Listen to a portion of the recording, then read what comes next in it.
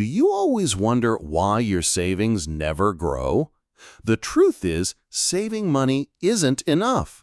You need a strategy to build wealth faster. Today, I'll show you 3 powerful steps to grow your money smarter and quicker. Step 1. Pay yourself first. Every time you get paid, save before spending. Even if it's just 10 or 20% of your income, set it aside automatically. This builds the habit of saving consistently.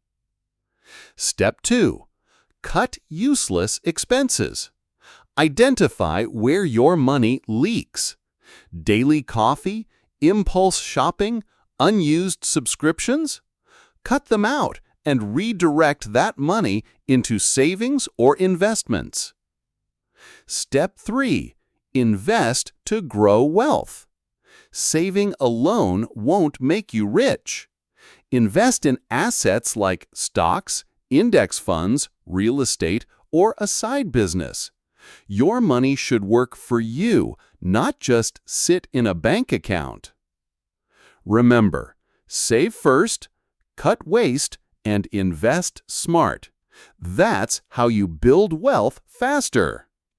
Like, subscribe, and hit the bell icon for the next video. Multiple streams of income. The secret of millionaires.